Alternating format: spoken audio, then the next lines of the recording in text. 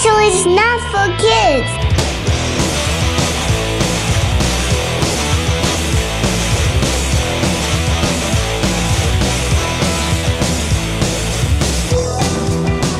Do you have a Letterboxd account? Do you know what? I do, but I don't use it. You don't want to go public with it? Or? Well, it's not even that. I just, for some reason, I just haven't got into it. I keep all my lists of everything I see on like notes on my phone. And I just do a new list for each year. And I got a list for movies, and I got a list for TV shows, and I got a list for board games. And I just can't, I don't know. It's just for me, for my own personal sort of keeping track of everything. I don't really, I've never really felt the need to sort of broadcast, although it would make sense. I respect it. Keep it private when you already live a somewhat public life. I think I get it. Yeah, I mean, it's just, you know, I publish reviews of things, and, you know, I talk about movies quite a lot in a sort of a public forum kind of way. And there's only so much social media you can do before you lose yourself. You know what I mean? Mm-hmm. Yeah, I mean, in Letterboxd, you have to participate in the quippy one-sentence joke reviews that are definitely taking over the site. I don't know if you've ever perused. I haven't, but I know what you mean. Mm-hmm. I'm still shocked at the revelation Tom gave me yesterday that Letterboxd is owned by Neon. I feel like that's a conflict of interest. Right. Okay. I'm gonna embarrass myself here. But when you say Neon, who's Neon? Neon is a production studio that has done a number of like more independent films recently. Really? Their most recent film is Nirvana, the band, the show, the movie. Right. Okay. Yeah. Well, in that case, I would say there's a bit of a conflict of interest, right? Parasite, Anora, Triangle of Sadness, Anatomy of a Fall. So they have some big films, but yeah. I mean, I know the films, and probably I've seen the IDIN up at the top of the film, but you know, it's not like they're A24 or something like that where I instantly go, oh yeah. Neon was a really, really, really good British movie magazine that was published in the late 90s, and it was on sale when I became a film journalist. It was kind of like it was part of this whole, what felt to me like this sort of big, exciting movement that I became part of. So when people say Neon, that's the thing that comes to my head, this obscure, that no one remembers, small movie magazine that came out in the late 90s. So I guess I'm sorry, like when you said Neon, that's what my mind went straight to. And I'm just like, well, surely not. That doesn't make sense. Unless they traveled forward in time and launched Letterboxd. They stopped publication, hibernated for 10 years, and then opened an internet website for reviewing and tracking films. I think that's definitely what happened. Before we get sued for libel, I just want to clarify. I don't think Neon and Letterboxd are like shared by the same owners. I think they just have a partnership, as I understand it now. Okay. Let's Mad Libs replace some of the words. I'm okay with what I said earlier, but it's cool. It's like, you know, it's fine. Who's it harming? Even if they're doing, you know, it's fine. It's just like as long as their movies are good, I'm totally okay with them, you know, algorithmically controlling the perception of their films. That's a joke, but. Yeah, that's weird. Adam Sandler's Grown Ups 3 has like a 9.9 on Letterboxd. Oh, produced by Neon. Interesting. Oh my God. That's 9.9 out of 100 though. Right.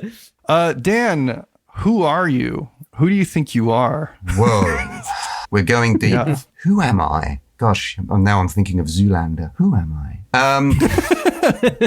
I am the editor and co-founder of Senet magazine. Not co-founder of Senet magazine, which is a independent British based magazine about the culture of board gaming, basically. And our tagline is "Board games are beautiful," which is something we believe with all our hearts, that they should be taken seriously as art. They should be taken seriously as entertainment. And when I say seriously, I mean in a fun way. I don't mean boringly. So that's kind of like, that's my project. That's my, magnum opus, if you like, that is the direct relevance for me being here with you, you know, sitting on your stable shelf. But I'm also a journalist and an author, an editor, and my background is in entertainment journalism, as people probably could already guess from the previous blatherings. I've been doing this since the late 90s, kind of lived my life through cinema and through tabletop. You're one of the most regular contributors to Empire, if I understand correctly. I mean, in the last, however many years, maybe 20 years, maybe not that long, since 2004. So, wow. Yeah, since then.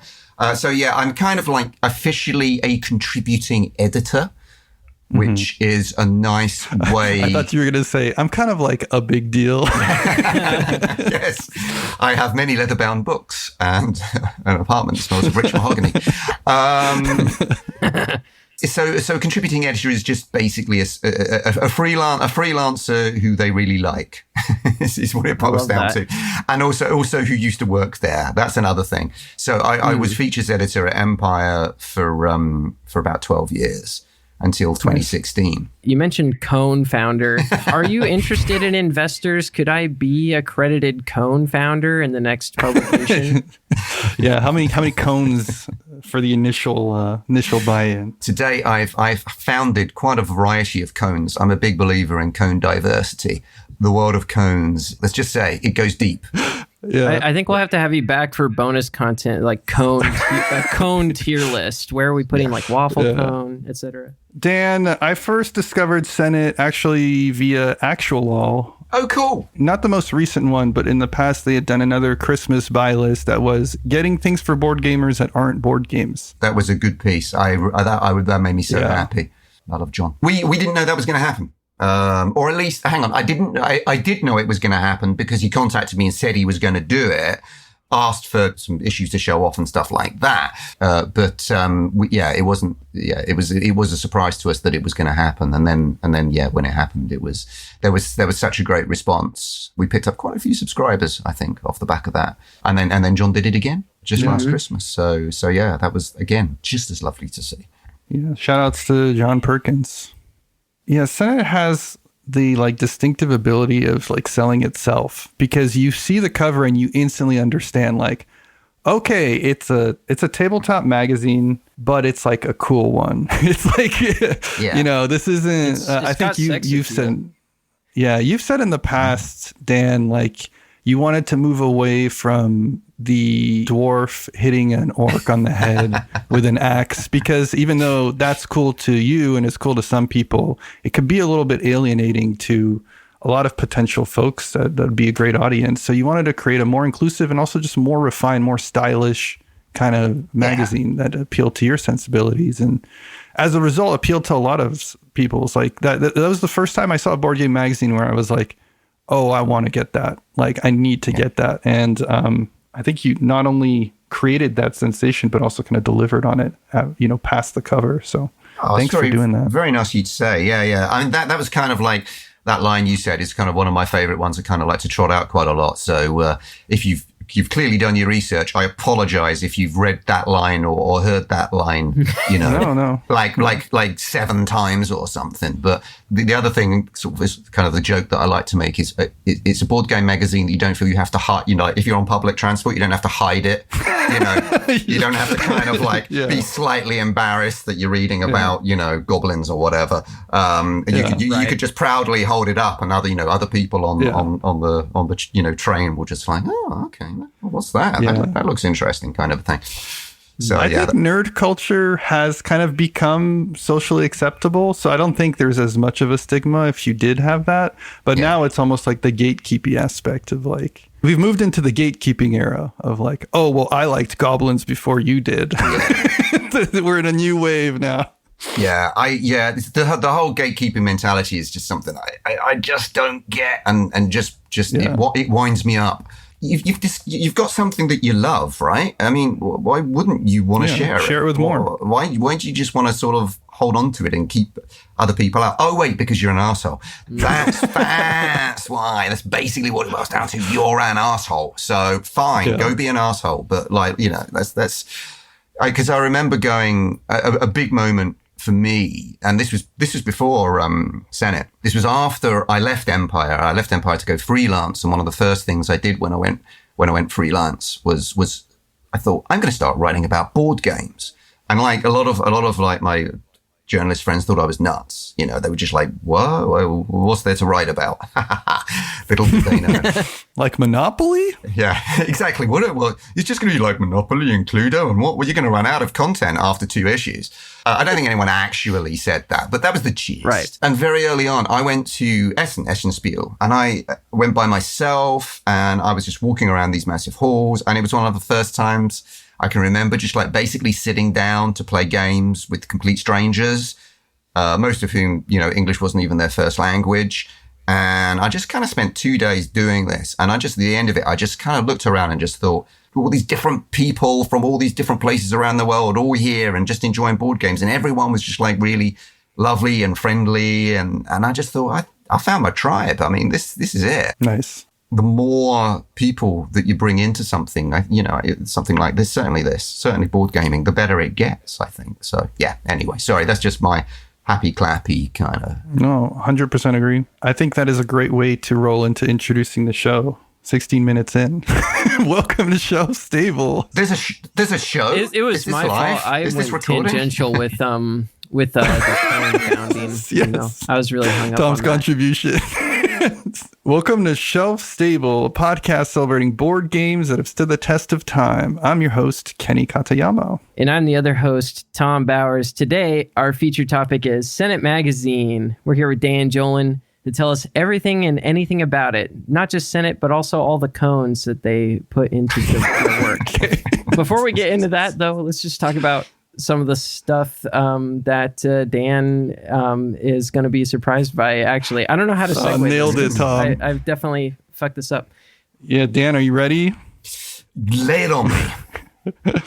Do you remember how much you sold your copy of Battlestar Galactica for? Yes, 30 English pounds or thereabouts. Oh, no. Dan. Yep. Like, was this like when it had just come out, or had it been like a number of years? It was a few years. It was a few years. It was early in my days of, you know, acquiring and building a board game collection, and it was the first time I'd reached a point where I'm like, you know, I've got to move some stuff on. And I wasn't really playing it. I think it might be one of those 3+ player games. Yes. Yeah, and a lot of the time they tend to be the first to go, because I prefer games that you can play with 2 people, because me and my wife. I don't know. It was just like, yeah, that's sort of whatever. I haven't played it much. It can go. And I just sold it to some guy who offered me 30 quid for it. And I went, yeah, that seems fair. What's it going for now? Come on, Kenny. Without expansions and opened, it looks like it goes for like maybe 150 euros. Right. If it was unopened, then they're like closer to 400. And then with expansions, they're in the thousands. Wow. So. Wow. I didn't have any expansions. It was just the base game. So it wasn't too crazy, but yeah, like on the bright side, there's a fella out there who's got a story where he goes like, yeah, I totally ripped this guy off for only 30 bucks. It's one of my proudest pieces in my collection. I got it so cheap. I mean, I'm going to do the full disclosure. I didn't pay anything for it. So, you know. Oh, nice. okay. Okay, well, there you go. So pure profit. It was sent to me as I was researching. I wrote a piece for a magazine, tabletop gaming magazine, in fact, about like movie and TV adaptation board games. So I think it was Asmodee UK at the time, and I went to them and I said, you know, for my research, I get in a bunch of games, and it was on this list, and so they sent me a copy of it because I played it as part of the research for that feature. Nice. We just covered IP based games, and we unfortunately didn't have the hindsight to realize that when we called the episode IP and games, that it would sound a little weird as we announced it to the world. Yeah, I usually take a break from the game to do that, but hey. Right. All right, next one we got. So you've talked a lot about your passion for film and for board games, but not a lot of people know about your passion for music. Can you tell us about electronic music, bands like Underworld from the 1990s, what they mean to you and what that genre of music means to you? Oh, wow. Okay. I don't usually get asked this kind of stuff. When you think of the 90s and you think of British music, most people, they go to Britpop, right? They go to Oasis and Blur, Right. but for me, it was the rave scene. It was the underground parties, warehouse raves, which actually got so controversial in the UK. I don't know how well this is known outside of our fair isle, but there was a government law. The government passed a law banning music with repetitive beats. Oh, really? Actually, yes. Rave music was legislated against because it was considered such a public sort of order issue. And the whole free party scene got shut down and everything. And I actually campaigned against it. I joined a campaign to fight it. I actually became an activist at this time to go against it. It wasn't just recreation. It also became political. It also became kind of, what today we would consider almost like part of my identity. I mean, we didn't really talk or think in those sorts of terms at that time. And it's just kind of like bands like Underworld, as you mentioned, who I actually saw 2 weeks ago. Yeah. They played live. Those guys are pushing 70 now. I mean, it's crazy. But I went there and they just played the most amazing, just sort of absolutely pounding techno sound, which I'm not going to lie, pretty much gave me very pleasant flashbacks. I was buzzing when I left the venue. But acts like Underworld, Nice. Orbital, Left Field. I don't know if these names mean anything to you guys. Chemical Brothers, obviously, you probably heard of them. I'm Yeah, they're guessing. pretty big, yeah. Just like mad, big, squelching, beeping noises, pounding drum machines. That's kind of my go-to stuff. And I also DJ, but when I say DJ, what I mean is I just DJ for myself. I do like banging techno mixes, but they're just for me, really, or me and, Yeah, not my you're wife. doing it as a craft. Yeah, right? yeah. My wife likes to run to them. Do you know what I mean? But I kind of, for me, it's just kind of like my sort of solo kitchen disco rave kind of thing. So every year I put out, and by put out I mean just make between, I don't know, maybe 3 and 5 tech house, cosmic disco, a bit of progressive trance. It's therapeutic and it's creative in a way, I would say. I enjoy playing in the liminal spaces between tunes where you kind of think, hey, that slots together with that and that slots together with that. It's almost like a kind of a puzzle. And then you sort of I like creating these sort of, cool organic soundscapes of continuous music. Just to get pretentious about it.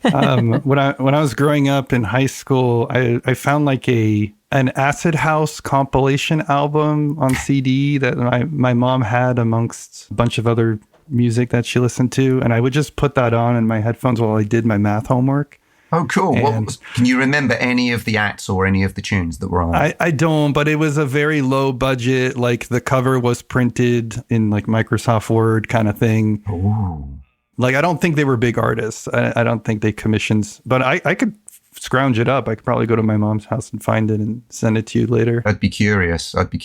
Another one nice thing about being into this kind of music is perhaps, I mean, maybe inaccurately, but it does make me feel young, in a maybe in a slightly sad, weird way. But I can back this up. That's fair. The Spotify Wrapped thing came through as it usually does. And I'm not one of these people that shares it all around or whatever. I'm just kind of looking and go, But I was very amused to see that according to Spotify, my listening age is 17. Whoa. That's That's some cred. impressive. Which is funny because my 16-year-old son's listening age was 61. So This is a Freaky Friday. yeah. All right, you ready for another one?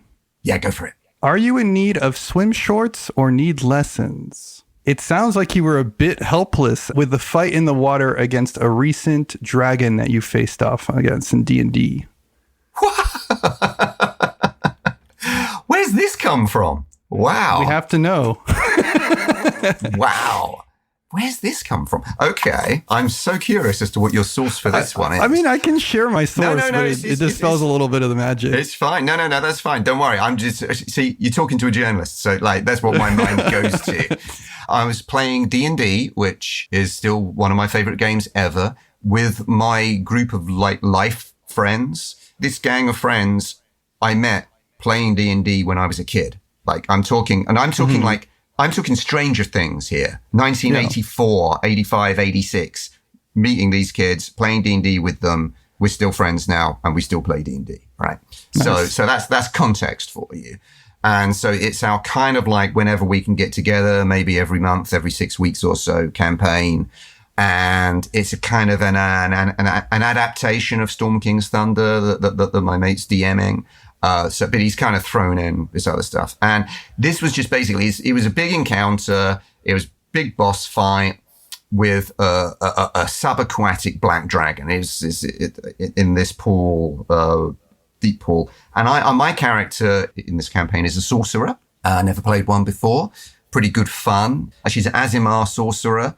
But she's almost kind of like a created being. So she's actually like almost like Vision in the Marvel universe or something like that, where she's been created. She's kind of like a little bit Harley Quinn as well in terms of her sort of personality. A little bit sort of unhinged, not quite sure what's going on, means well, accidentally did kill an ally NPC when casting a fireball in the previous section. I mean, that'll just happen when you cast Fireball. Yeah, it's before she learned the meta magic to make it safe for anyone she wished it for. It's just this boss encounter, and I just had to sit it out because I couldn't get anywhere near the damn thing because it was underwater and her swim speed is so bad. And I was just kind of like just floating around. And also the vision was so obscured that even though she has dark vision, she couldn't see very far in the depths. So she just kind of like, I just gave up and just got out of the water and waited while, you know, the monk, the barbarian, the ranger, and the rogue took the dragon out without me. And I just sat it out. But there was an amusing moment at the end where the dead body of the dragon floated up to the top for a moment. So the head of the dragon came out of the water, at which point I shot a chaos bolt at the dragon's head and hit it. And then it sank down into the water. So I claimed the kill. Yay, nice. You did it. So it did work out in the end, it sounds like. There were just some complications. Yeah. But no, my good friend Andy, who was the DM, he did say, "Oh, I'm really sorry about that. I didn't mean for you to kind of have to set out that encounter kind of thing." And I was like, it's fine. This happens. It was cool. You know, whatever. D&D's a spectator sport as well as, you know, as much as anything else. And I'd been a bit greedy in the previous few sessions because when a friend couldn't make it, I kind of run their character as well. Oh, okay. So you got double characters. I'm kind of like I'm like the best player. Do you know what I'm saying? I'm just kind of I play D&D better than anyone else. You're kind of a big deal. Well, let's keep the D&D theme going.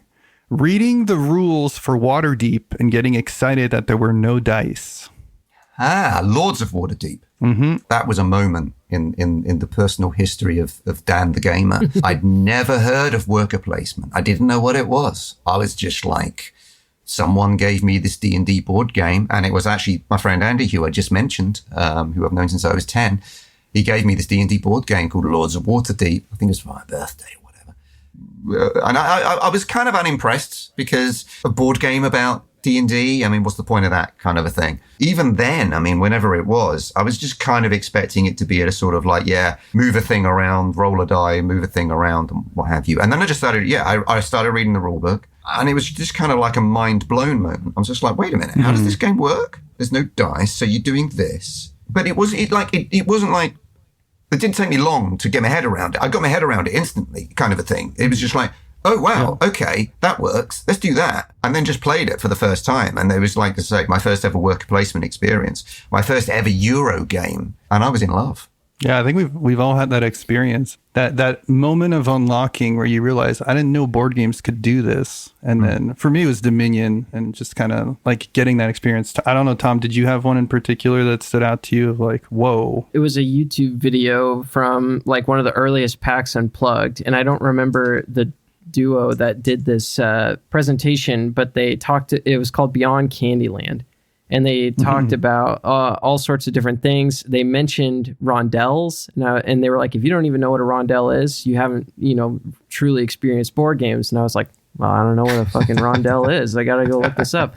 And they mentioned Power Grid in the presentation, and they talked about how the turn order would change every round. And I was like, what? So it was like that for me. You don't go in the same order? Yeah. It was like realizing that you can play games where everyone plays the game till the end. Yes, that too. Yeah, no like, elimination. Having had years and years and years of that kind of really irritating thing where you're out of risk, but they're carrying on, and it's you're just sort of like sitting around, sort of, getting fed up. But those kind of realizations. It's funny because I did play a lot of great board games when I was younger, like a teenager in like in the 80s. Like it was that sort of era of Games Workshop in the UK. Where you had games like Cosmic Encounter, when that came out. And I played that. I played a lot of Cosmic Encounter when I was a kid, or Railway Rivals, which I absolutely loved. Like you drew on the board, you kind of drew your track on the board. Oh, is that the crayon one? Yeah. Yeah. It's Crayon Rail. I think it might be the first Crayon Rail game, or if not, one of the early Crayon Rail games. Yeah. And, I played all those as a kid. That was just like a phase, not a phase, an era, if you like. And then it was kind of like video games. Video game. And then suddenly, boom, we're in the 2000s and you play Lords of Waterdeep, and soon after that, Carcassonne, and that's it. Yeah, boom, from there. You're back, baby. I'm just going to have a quick drink of water. Oh, so no problem. Yeah. You're going to hear a slight glugging noise. Yeah, really emphasize the glug. There you go. Did you hear any glugging, or is it just me? I didn't hear anything. It wasn't that satisfying, unfortunately, but that's okay. I didn't get the tingles. Sorry, just as a quick aside, talking about D&D, I have a weekly D&D game. One of the people in our group joins us online via Discord, and sometimes early in the session, because it's our evening and his afternoon, some of us are eating our supper. And we've often joked that it's basically he only joins to it's like a show. Watching English people eating. So this is the spin-off. Hearing English people drinking. There you go. Yeah. We're going to get a kick out of this. It's like OnlyFans, only just terrible. Speaking of OnlyFans, did you ever end up using the term board game porn to describe your publication professionally against your wife's better judgment? No, I did not. No, and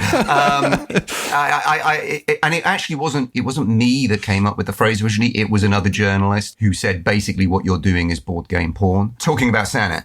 And I thought they're right, but it's probably best we don't say that. But I think I probably then went on, and kind of like ran it past my wife, as I do so many things, and thank goodness I do. Because quite often she's good litmus test, yeah. Yeah, she's just like, no, so, not a good idea, But on the flip side of that, she also talks me down from worrying about things I shouldn't worry about. She's like, just stop worrying. You're overthinking it, kind of. Right. But that was one where it's like she stopped me having to say or publish something that I did have to worry about. That's good. Obviously, we were talking earlier about the importance of Senet feeling inclusive and feeling welcoming.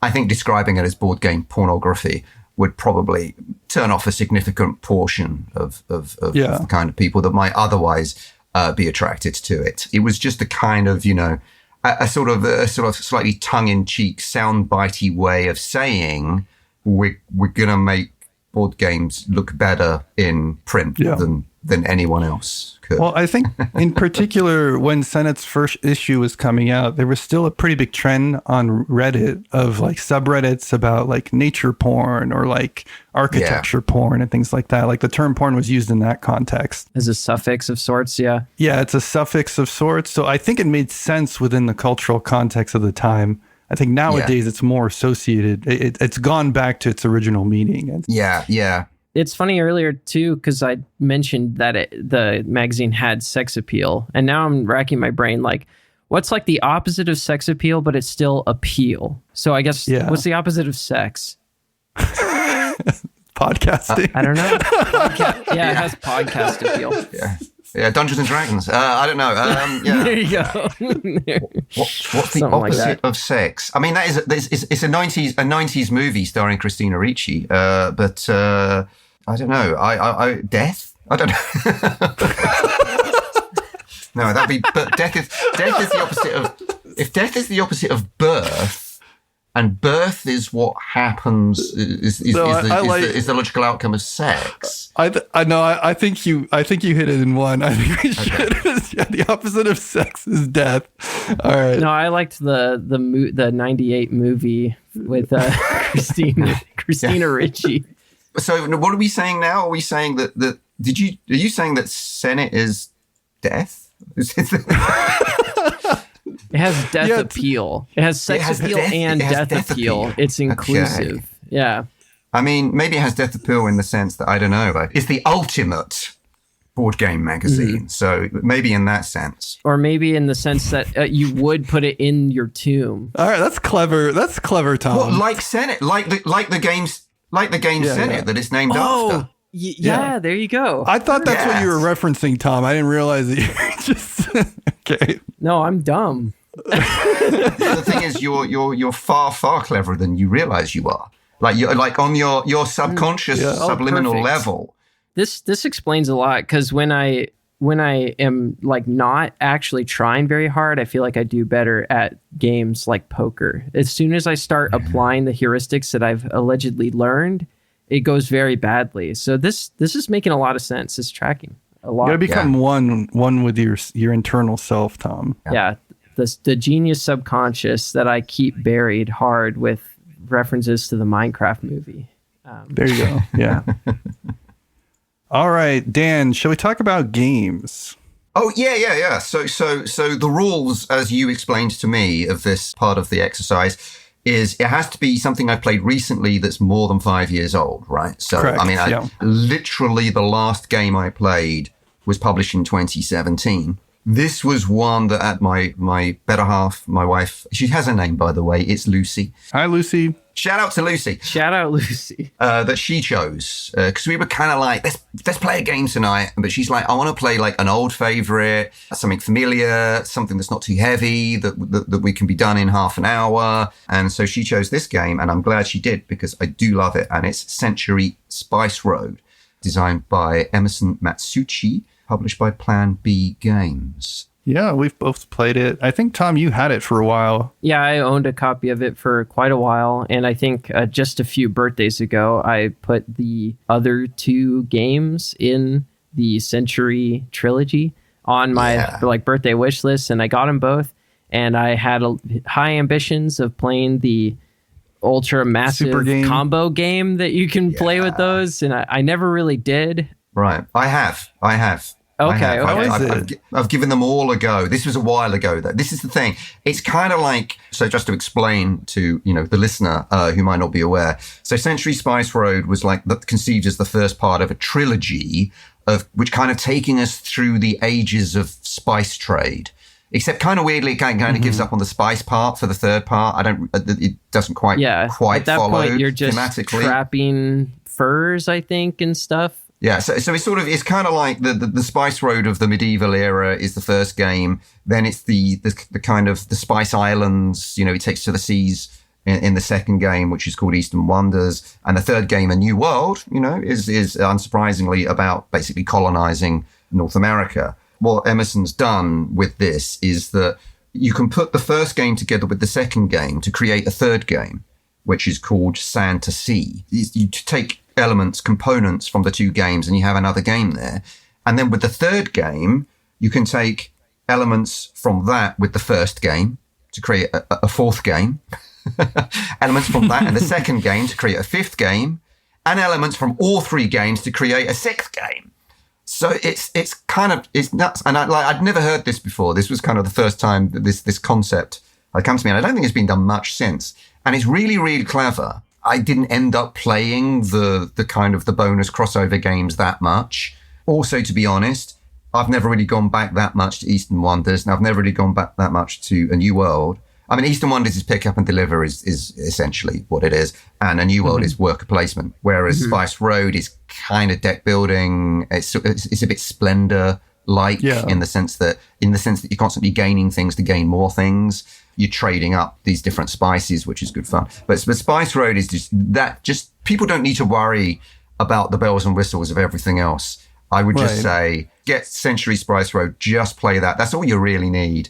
Like Lucy said, it's just a great, light, quick to learn game that you can get done in half an hour and just have a great time with. Yeah.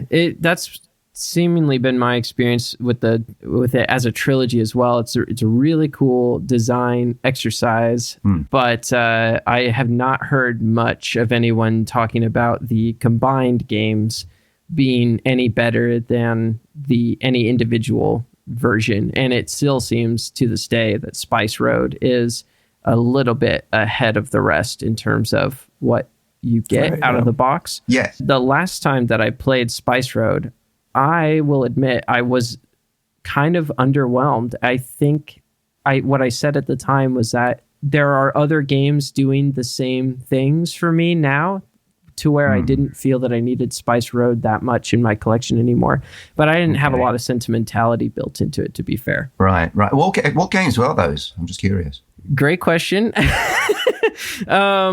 Machi Koro comes to mind in a way, and Lords of Waterdeep, which we talked about earlier, carries a similar kind of vibe to where you're collecting like the individual units to form the pattern that you need to score a big card. Yes, like the cubes. I see what you mean. It's basically 4 varieties of cube that you have to basically get in certain combinations in order to score cards. I hadn't really thought of that. Yeah. It's really just about timing, like when you trade the resources in for points and when you need to hold those resources in order to make resource trades that get you where you need to go, right? And I don't know. I might have been a little bit too hasty on getting rid of Century. I'd have to go back and listen to myself. It's like, I know there was another game that's just not springing to my mind right now that I was like, this fits the same space, and the two are competing with each other. And I think Century got the short end of the stick on that.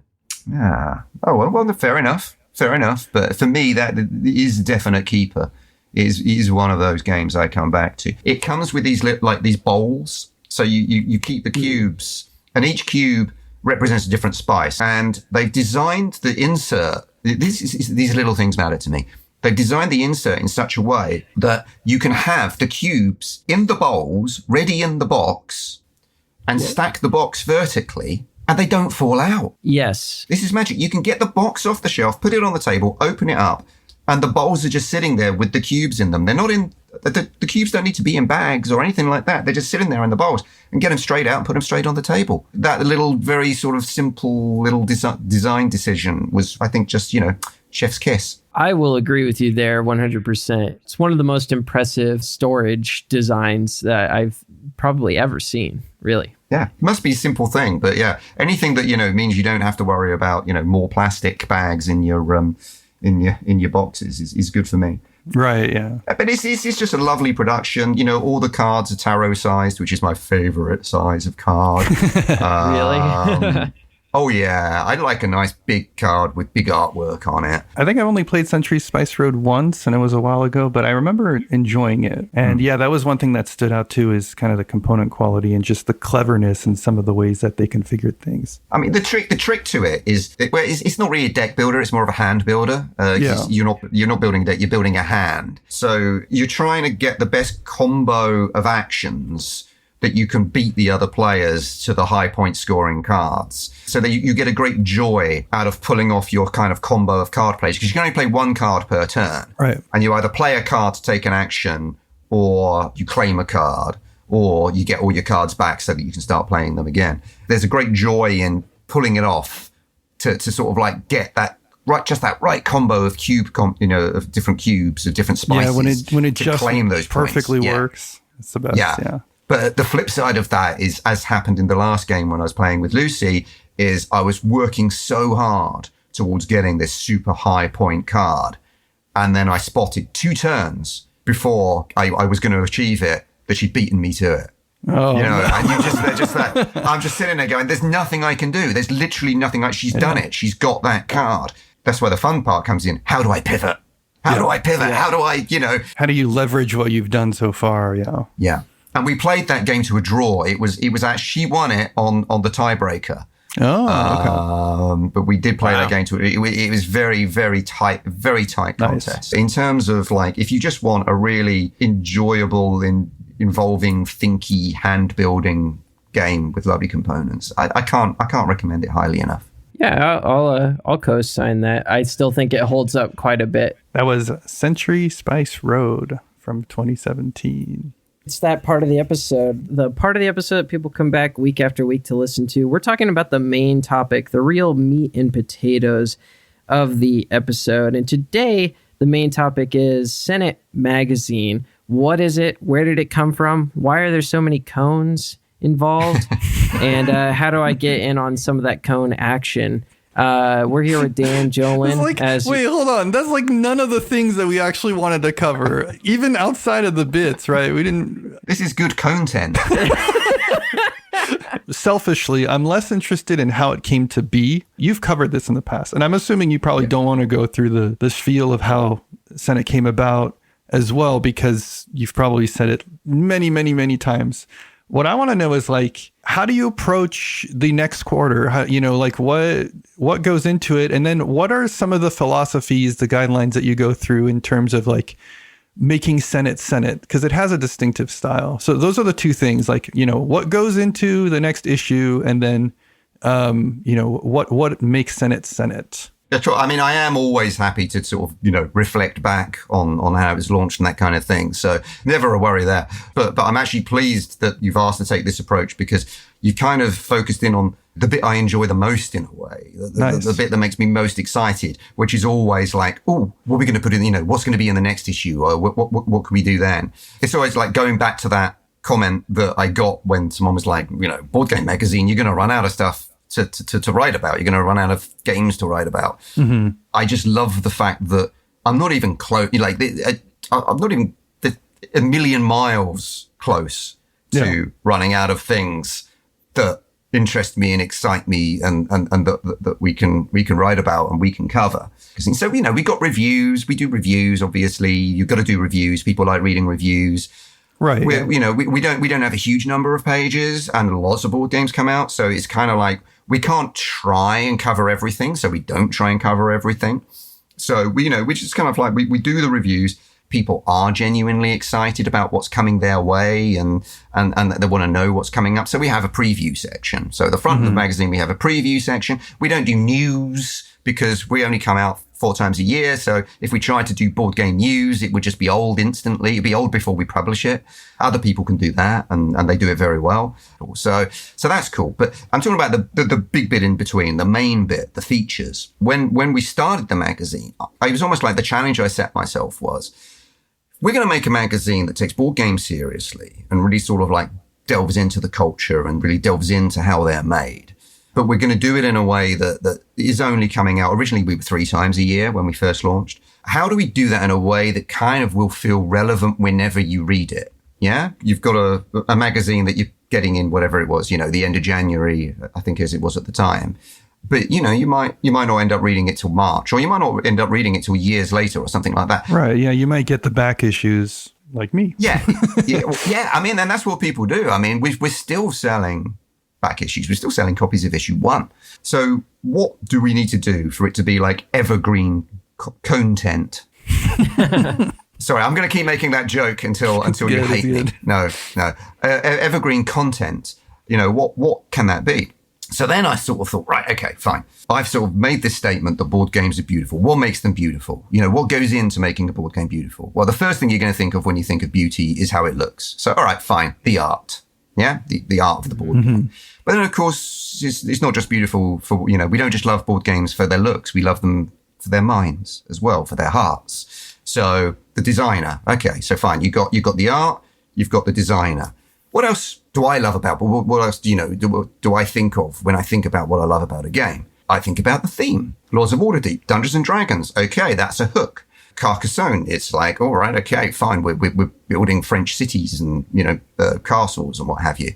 So the theme, okay, that's interesting. And then the other thing, of course, is the nuts and the bolts of what makes the game work. we were just talking about Century Spice Road, and we would talk about them in terms of hand building and in terms of worker placement and in terms of pick up and deliver mechanism. I say, by the way, just to get this out there, I say mechanism, I don't say mechanic, because a mechanic is someone who fixes your car. A mechanism is something that makes something work. Yeah. I think we've said both, but I think we tend to say mechanism. I mean, look, hey, it's not like I'm trying to start a war between people who say mechanic and people who say mechanism. This isn't a turf thing. This isn't a kind of. I'm like, if you say mechanic, I will still hug you at a rave. But only at a rave. Maybe in a pub. Okay. Only if you accept hugging. I wouldn't hug someone who's uncomfortable. Hugging. Right. I'd Of never course. do that. Yeah. As a side note, the moving image format. Do you pronounce it GIF or GIF? I say GIF. That's what I say too. GIF sounds like something you squirt on your kitchen surface to clean it. This is how we get you canceled. The GIF people are going to come out of the woodwork. I don't want to start any wars here. I'm just like, hey, live and let live. If you want to say GIF, if you want to be weird, that's fine. That's allowed. Right, where was I? Mechanism. Yes, mechanism. So I thought, why don't we chop up the content in that way? So like every issue, rather than going, hey, here's this new game that's out, let's talk to the people that made it. And here's that new game that's out, let's talk to the people that made it. Because, that's what everyone else is doing.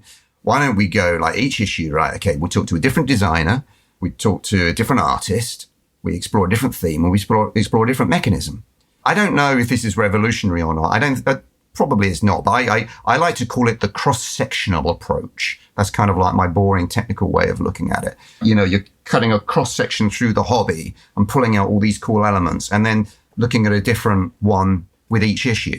I mean, we could have done it like every issue could be, have its own theme. You could have the worker placement issue, and you could have, the IP issue or something like that. But I thought, no, like I kind of like the way that you can kind of like mix it up every issue and have a different kind of a mix of, okay, a designer who perhaps brings a different kind of a flavor to an artist who works in that sort of way, and and have a theme and a mechanism that don't. I try to avoid having too much overlap between the four different strands as well. But I like them to kind of like work together to complement each other. Because a magazine, a good magazine, the origin of the word comes from the fact of variety, having different things contained within the one thing. So I try and have as much variety as possible. If a designer is like an indie designer or kind of like a niche designer, then I might try and go for like, whatever, a big popular mechanism. Right. So it might be sort of a designer you've not heard of, but then you're going to have a piece on whatever, roll and move. I'm just giving examples here. This isn't actually a particular issue I'm describing. Do you have a go-to approach for who writes what? Because you have recurring writers. We do. We kind of have our team. I have my sort of my gang of writers. Do you kind of workshop the topics together and put them on a list and then people pick things? Or is it like, I think... Yeah. This one's weird. I think Dan Thoreau could do it. That's sometimes the vibe. Yeah. I'm kind of a benevolent dictator. Okay. Don't take that out of context, please. In the sense that it pretty much mostly, not exclusively, mostly just originates from me going, this is a good mix. Who's the best writer for this? Who's the best writer for that? I mean, I love our writers. I'm so fucking proud of them and what they do. They're excellent. They're just great people. I think Dan Thoreau is just a fucking genius. I count myself blessed that he is. Sorry, I'm getting really gushy now, but the fact that he wants to write for Senet magazine, I just count myself very lucky that he's happy to write for Senet magazine. And he is, just for the record, he is an amazing collaborator. He's just so open, because I was like nervous, like a bit nervous when I first got his copy, because I'm quite a stringent editor. Mm-hmm. The Senet, I think, even though you have a lot of diversity and variety within it, I think it also has to have a unified kind of a voice. It needs to have a tone of voice, as they say. So I'm quite a stringent editor in making sure that everything has that without, I don't sort of bland it out. When you mix every different color, you end up with brown. So, I'm not trying to do that. I still like to kind of respect the different voices within it, but it just has to work together. So quite often there's a bit of a process. Like a writer will give me a piece and I'll go, yeah, not quite working yet. And I was very nervous about doing that with Dan for the first time. Like this guy is, one of the most authoritative voices in board game writing. And there's me going, yeah, but I think you need to rework this piece a bit, kind of a thing. But he's so receptive to that. He appreciates the collaboration. He understands the process. He has no ego. He's like, I don't think he's never once kind of like pushed back and gone, awesome. I don't agree with you there. Which I don't know, I take as a compliment maybe. But yeah, it's so, but I love our people like Matt Thrower and Alexandra Senet. They're and Tim Clare, the author of Game Changers. He's brilliant. He's kind of recently sort of come into the fold in, just over a year ago or so. Mm-hmm. I love working with these guys and usually they're just so, it's, for example, Tim Clare, I got in touch with him and I said to him, I've got a couple of things I'm doing in this latest issue. It's either this or this. Would you like to do this or would you like to do that? And he replied and said, this is one of the best emails I've had in weeks. I'm so happy that you've given me this choice. The only problem is I can't choose between these two things. So you decide what you want me to do, kind of a thing. So I made the decision, but it was just really nice to kind of get that kind of feedback. Like I sort of come up with two ideas that he would be equally hugely excited to write about. So yeah, I just love it. I love it's like playing a game in a way. You love the puzzle of it. You love the challenge of it. You love how can I make these different things fit together to win the most points? Right. How can I make these things fit together to make the best magazine, to make a magazine that Tom and Kenny are going to receive and open and go, oh man, this is great. This is a great read. I'm just going to stop everything else. I'm just going to sit down and just start reading this. Or even I'm going to read that and then I'm going to come back to it in a few days and read that. And I'm just going to eke it out. But that's the kind of experience that I want to create for people. I want them to feel excited and engaged and then just love wallowing in it. So that's kind of like my joy, really, my professional joy of putting together each issue and just hoping it fits together well and it's got lots of lovely juicy stuff for people. Yeah, I think you do a really good job of creating that cohesive environment while giving people the liberty to kind of write the way that they do. It's that dance, of having them have their own voice while also maintaining a tone for the overall publication. And it's really impressive, the level with which it's threaded. Yeah. Whichever discipline you're in, editing's like the invisible art, right? Yeah. It's like developing in board games, yeah. Yeah, it works best when you can't see it. It's like in a movie.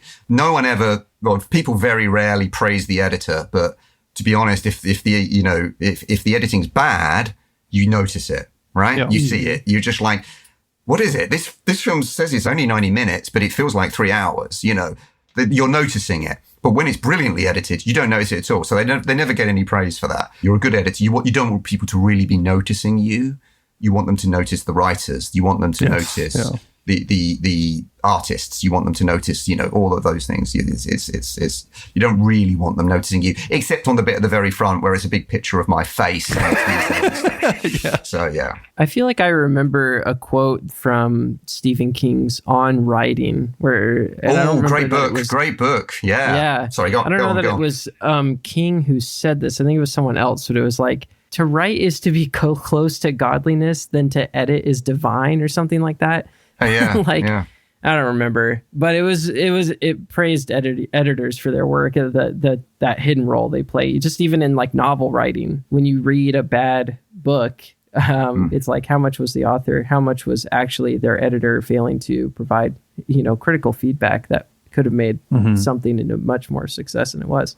And it's kind of the two elements of it. One is the kind of, is the bigger part of it, which is like, is this piece telling the story it needs to tell? Is it structured in such a way that, the narrative is pulling you through and, you're kind of there's that kind of stuff. But there's also the kind of the boring little details. It's like, picking up on spelling errors or grammatical errors, that it sounds really dull, but that can really throw a reader out of it if or a factual error. And I'm not saying I'm not impeccable. I make mistakes and, Mistakes maybe have made it into Senet from time to time. Not very often. Not very often, considering how few people actually make the magazine. And I think relative to the scale on which we operate, I think it's a minuscule number of errors, but they still get in from time to time. And I'm, to say, I am a human being. To err is human, and I take it on the chin when I do cock up. But yeah, you've got to try and catch that stuff as well. Make sure people's names are spelled right. Make sure someone's properly credited. Things like that. It's nothing sort of like, gets me upset more than realizing I've made an error which, whatever, denies someone and due for something they've done, or something like that. You kind of want to make sure that we get it right on that level as well. So, there is a lot that goes into it on that kind of side of things, of kind of almost like the boring nitty gritty of editing. And it sounds to me like that even now, while Senet has at this point reached a certain kind of like establishment threshold at this point, it sounds as if it's still operating almost like a passion project between yourself and the people you work with, the writers you work with, because everyone is just carrying passion for this hobby into the work. And like you said, it's impressive what you've accomplished considering the limitations you have of staff. You're not like the Washington Post or something like that, where you've got an entire building with floors of editors and journalists and everything else, right? There's no Senet office. I have my own personal, I call it the shed quarters. It's basically a shed at the end of my garden, is where the magic happens. And then James Hunter, who's the co-founder of Senet, or the other co-founder for Tom, he's the art director. We communicate remotely most of the time, and we kind of put it together in that way. And then, all the writers, they are where they are around the world, around the UK and the US, basically, primarily. We all just kind of, come together remotely to make this thing. So it doesn't exist in a digital format. It is print only. It's very old school and unapologetically so in that way. It's supposed to be physical. It's supposed to be tactile. It's supposed to speak to the best possible level of quality that you can get in terms of paper stock quality and, a physical publishing experience. But it wouldn't exist without the internet right. And Zoom and what have you, like all those things we need, it wouldn't have come together it was Kickstarted as well, that's the thing. So it wouldn't have existed without crowdfunding. So it's kind of like, a wonderful synthesis of the latest technology with traditional media. Do you feel as if you've reached a level of success that you were shooting for when you first started out? Or has the hedonistic treadmill continued for you, and you now feel there's just so much more on the horizon, and you're still clamoring to get certain things accomplished with the magazine? That is a good question. Yeah. The approach that I took with it back in 2019 when we first put it together, I did wonder if that had a shelf life, if there would be a point where I'd go, this feels a bit exhausted. We need to shake it up. We need to freshen it up. We need to change it. And I've kind of waited for that feeling to come, and it hasn't come. I kind of feel like that the idea, the way of executing Senet still works. That's my instinct, but it's kind of backed up by the continuing response we get to the magazine from people who are discovering it for the first time. And they still are. I mean, when people like Actual will do their thing, or when Shut Up and Sit Down give us props, and we get spikes of new readers and new subscribers, we still get people with some saying like, "Oh, I didn't know about you," because obviously we're not the most heavily marketed thing in the world, but now I found you. I'm going to get every back issue kind of a thing. I mean, I'm not just saying this. This genuinely happens, and it's so good to hear. It means that the way of doing it, the thought that I had with James back in 2019 still works. I'm not bored of it. Readers don't seem to be bored of it. So obviously I always question, like, should we shake it up? But I'm not a fan of fixing things that aren't broken. Also not a huge fan of, adding on things that people don't need. like AI, for example. But Yeah. Senet doesn't need a lot of stuff, so why try and cram it in there? I mean, we have expanded the size of the magazine. We've added more pages. We added a couple of new things, which I actually feel don't hurt it at all. We added a piece that speaks more to the community side of board gaming. I didn't really feel we were quite reaching that part of our sort of mission statement where we sort of said we're about the craft, creativity and community of board gaming. And I was thinking, we haven't quite got the community there. So I added a piece called Across the Board, where we just kind of speaking to, people who run board game cafes or own, bricks and mortar stores. In the latest issue, this is a little spoiler preview for the spring edition, but we've spoken with a guy who does card alter art for Magic the Gathering. Nice. Right? Nice. He literally paints on the cards as commissions. And previously there wasn't really a spot in the magazine for that, those kind of people. And then the other thing that we got is what we call the classic. In Empire magazine, which I also write for, which is a movie magazine, the world's biggest, they have something called the masterpiece, where every issue a writer gets to, write about a cast iron masterpiece movie. As a matter of fact, I literally just filed a new masterpiece piece to Empire just before coming onto this call, joining this podcast. I can't say what it's about, but I just did that.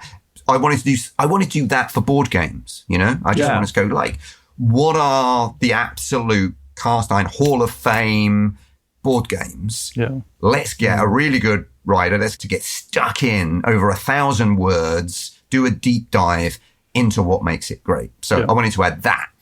But that aside, the formulas pretty much stayed the same. And I don't really feel like I need to change it anytime soon. It's like you asked about, plans, ambitions and what have you. It's almost like I just want this lovely thing, this great thing that I think we make to just keep going out to, keep being discovered by more people. So it's kind of like, I want the audience to grow for obvious reasons, like for commercial reasons, clearly, but also for ideological reasons. I just want more people to kind of discover it and join in and enjoy it in the way that I enjoy making it, and all the existing Senet subscribers enjoy it as well. And sort of, come and join in, everybody, and not really change what it is. And, I've worked magazines in the past, you do redesigns, you rethink the magazine, you try new stuff. The number of times you end up doing that, and then after a few months, just kind of going back to what it was before, because people are like, but I liked how it was. Just carry on doing that, guys. Right. I'm not in any hurry to really shake up what Senet is. Yeah. I just think let's just keep doing what we're doing and maintaining the quality. I don't want the quality to slide. If I feel myself losing interest, why am I doing this? But we're in our 6th year, and I don't feel myself losing interest. I mean, look, there's aspects of doing it that I don't love. I'm not going to really talk about them because they're so boring. Why talk about them? And that's just right. Yeah. You don't like the supply chain logistics? Yeah. No, it's the stuff about fulfillment. It's getting the magazine out. It's the dealing with the post. I'm going to just say the word. We don't have to talk about it. Tariffs. Yeah. I'm going to say another word. We don't have to talk about it, which doesn't mean as much to you guys. Brexit. There's elements of geopolitics that make it not fun to get the magazine to people. But that's not making the magazine, which is, we said, making Senet. That's not making it. That's just getting it out there. And that's a whole other thing. Yeah. Now, I was just going to say the future of Senet then is to hire a lobbyist to undo all these struggles. Yeah. That's the stretch goal. Yeah. The tariff situation is okay at the moment in terms of the UK and print materials. So I don't want to jinx, I don't want to curse anything. I don't want to invite the Eye of Sauron to, level itself upon my little operation in any way, shape or form.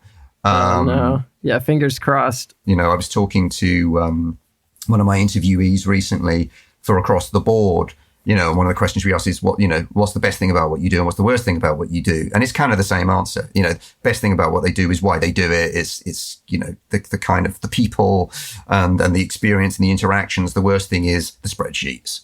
Kenny, I know we're getting close to running out of time, so I wanted to hand it back to you, see if there was one last thing you wanted to get in there, and then we can kind of wrap things up, I think. I think we covered the main things that I had on my list. I just talk for ages, and I hit all your conversation points. Yeah, no, there are literally some that I was going to ask about that you brought up naturally, and I'm like, perfect, because that way I don't have to do like a weird segue, so that's good. I mean, this has flown by. I mean, I don't know if for anyone listening, I mean, apologies if it hasn't, but for me, it's just like, yeah, this is a blink of an eye. I'm glad. I mean, that's a sign that we had a good conversation, right? I was going to say, I even feel the same way. You know, I just feel bad that you're still sitting there hungry. Can I just share a little thing? This is just a little kind of, I don't know, Easter. I think it's not really an Easter egg or a post-credit sting or something like that. In the back of every Senet publication is a piece of a map. Yeah. Oh God, yeah, we'll start a whole thing. We'll start a sort of like, it's a mad world of people trying to find the Senet treasure. Yeah. No, it's not that. It's just going back to the cones. This is true. It's so funny. Like the cone thing was just totally random. When we did the Kickstarter for Senet in 2019, and we did the video, we did a video piece for the Kickstarter. An early cut of the video actually had a bit where it paused and it ran a little clip of the Cones of Dunshire from Parks and Recreation with Adam Scott. We were talking about the Cones of Dunshire, and then it kind of carried on. And it was a really fun bit, but we actually then eventually took the decision to cut it out because we just wanted to make the Kickstarter video as quick and as efficient and as possible. So it was like a really lovely kind of, bit of personality and everything, but we had to cut it. So there is cones in the Senet lore. Yeah. Weirdly enough. Yeah. But I don't think I've ever shared that before. So that's just something for you guys. Well, thank you. We're getting an exclusive snippet about the original Kickstarter. There was almost cones right there at the start. Yeah. Always been about the cones. Well, that's the moral of this episode, I think. And that's going to do it for this week's episode. I think that's where we end it. Thank you so much, everybody, for coming here and listening. Thank you especially to Dan for being on our show. We appreciate you quite a bit. Thank you to Bonehouse for letting us use your song Rot as our opening theme. And right here, Dan, go ahead and plug whatever you'd like, whether it's Senet Magazine or something else that you want people to check out. Ooh, well, okay. Well, I'm on Blue Sky at Dan Jolin. Senet's on Blue Sky at Senet Magazine. We're on Instagram as well, Senet Magazine. So you're listening to this in the last week of February, which, coincidentally enough, is when the new issue of Senet comes out. So the new issue 22, spring 2026, that's on sale. So if you're listening to this at the time that it drops, that's this Friday, the 27th, or February 27th, sorry, to say it the correct American way. I don't know, correct, but yeah. Although the actual correct way is the 27th of February, because it kind of, come on, guys. Yeah. Day, month, year, right? Day, month, year, increasing, right? You're going from the smallest time unit to the largest time unit in order. That makes sense. We just got to be different for the principle, like there's no actual good reason. Don't even get me started on the way you have knives and forks. But anyway, let's not get into that. That new issue is coming out, and it's got a lot of fun stuff in it. And I'm gonna say what it is, because probably by the time people are listening to this, I think some people, certainly Senet subscribers, will know this information, or at least some of them will. We're going to have a piece on 4X. Ooh, okay. Have you talked about 4X much? We haven't done a segment on it, but we've talked about a number of 4X games, yeah. The most epic game genre, the most epic mechanism, if it's not even one mechanism, the most difficult to remember abbreviation. Yeah. I don't ask me now. Even now, I wouldn't get it right. It's always everyone can always remember 3 of the X's, and then the 4th one is like, oh, what is that? It's like the Ninja Turtles. There's always the one you don't remember right away. Oh, but that's Donatello. No one remembers Donatello. I think for me, it's Raphael. No way. But he's the best. I'm a Donnie Stan. Shredder's one of them, quarterstaff, right? Donatello's the quarterstaff, right? I love him. Yeah. No one cares about the quarterstaff. Everyone likes the nunchucks, which is Michelangelo. Everyone loves the sai, which is Raphael. And everyone loves the katana, or rather the katana and wakizashi, which is Leonardo, right? No one gives a shit about some stick. But it's like a big stick. That's what makes it so baller, okay? It's underestimated, all right? Take you out. Donatello's the shit one, got but, reach. but I'll mention him first. I'm glad you're using your plug time to talk about the Ninja Turtles, though. Hey man, I'm OG Ninja Turtles. I'm early adopting Ninja Turtles. I read the Eastman and Laird comic books when they came out. Oh, whoa. Okay. So Wow. again, I'm not being a gatekeeper with Ninja Turtles. Everyone's allowed to love them. But one of the worst things that ever happened was that TV cartoon, which just messed it up. I love the Ninja Turtle gatekeeper archetype. Like, oh, you love Ninja Turtles? Name 10 of them. But like, and in the UK, they renamed them Teenage Mutant Hero Turtles. Oh, because what? there was this whole thing of like ninjutsu being this terrible. It was like Satanic Panic stuff, but for ninjutsu. So you were out here like doing ninjutsu and going to raves. You were like enemy number one. Yeah, well, no, hang on. No, the ninjutsu predated the rave. I mean, Yeah. That's the best thing about the Satanic Panics is that it tells cool people where the cool stuff Yes. is. It's like whatever they're freaking out about, it's like, oh, that's what I gotta get into. Check this out. Yeah. Yeah. It's like all the best music's being listened to in hell right now. No one wants to go to heaven. Exactly. So we got something on 4X, and I'm just like a shout out to a great designer who we've spoken to. We've spoken with her before, but now it's a really in-depth piece, and it's on Amabel Holland. Oh, that's Hooray. exciting. We love Amabel over here. So that's a couple of things. Yeah. well, thank you, Dan. That's my plug. Thanks for the insider. New issues available from senetmagazine.com. That's it. If you're loving the cast, share it with a friend or on Reddit or on BGG. You can also reach out to us at shelfstablecast@gmail.com. All this and more will be available in the show notes. And if you like what we're doing, consider subscribing on Patreon. You'll get access to Consider subscribing to us on my bad. Patreon. Yeah. You'll get access to bonus content and discone. Tom, do we have a topic for next week? Next week, we're going to talk about games that are fine until you learn one little rule that turns them on their head and either ruins it forever or blows your mind. One or the other. Dan, thank you so much again. It's been an absolute pleasure. No worries. It's been really, really fun. Thanks, guys. Looking forward to the new issue. Bye, everyone.